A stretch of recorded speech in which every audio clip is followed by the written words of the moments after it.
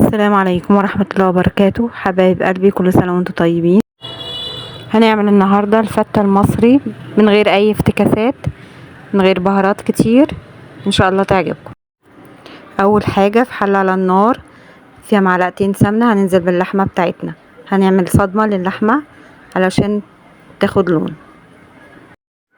نقلب اللحمة بتاعتنا من كل اتجاه ويكون لونها بني بالشكل ده، مش اغمق من كده. ننزل عليها بطماطمتين مبشورين، وكمان بنضيف بصلاية بحالها. نبتدي نزود المية السخنة بتاعتنا. بنغطي على اللحمة بتاعتنا لحد ما تستوي تسوية كاملة، وبعدين نبتدي نضيف الملح بتاعنا ومعلقة فلفل كبيرة، مش اكتر من كده. شايفين الشوربة بتاعتنا لونها جميل ازاي؟ نحضر العيش، هننزل عليه بربع كوباية من الزيت ومعلقة ملح، معلقة فلفل اسود، معلقة كمون. نقلب كويس وندخل الصينية بتاعتنا الفرن لحد ما يتحمص وياخد لون. ومعنا في طاسة معلقتين من الزيت، معلقة كبيرة من الثوم المهروس. بنحمر الثوم لحد ما ياخد لون ذهبي، وبعد كده بننزل بربع كوباية خل. دي الدقة اللي هننزل بيها على العيش. بنسيب منها جزء صغير. بنقلب العيش كويس، وكده العيش بتاعنا بقى جاهز وتمام. نبتدي نحضر الصلصة بتاعتنا في حلة على النار. معلقتين كبار من السمنة، معلقة كبيرة من الثوم مهروس. بنحمر الثوم بتاعنا لحد ما ياخد لون ذهبي، وننزل برضو بربع كوباية من الخل. وبعد كده بننزل بالطماطم، طماطم معصورة، وعليهم معلقة فلفل اسود ومعلقة ملح، وكمان بنزود معلقة كبيرة من السكر. بعد ما الصلصة بتاعتنا بتتسبك بنضيف عليها نص كوباية من الشوربة.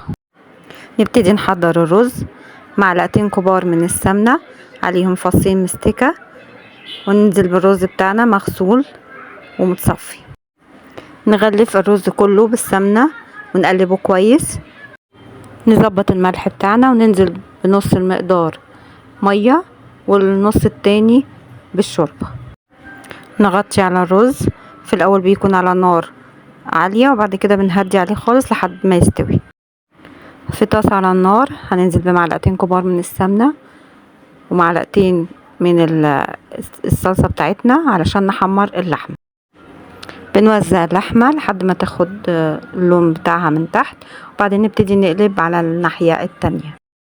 رشة ملح بسيطة ورشة فلفل اسود، وده بيكون شكلها.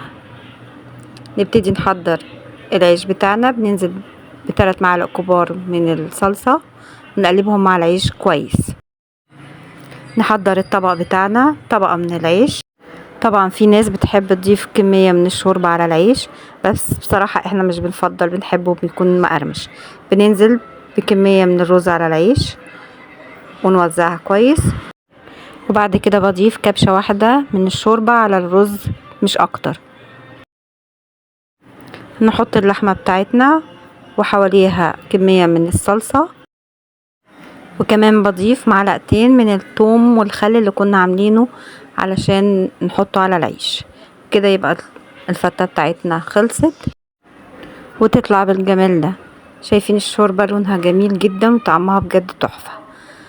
لو عجبك الفيديو لايك وشير، وان شاء الله اشوفكم في فيديو جديد على خير، والف هنا وشفا على قلوبكم.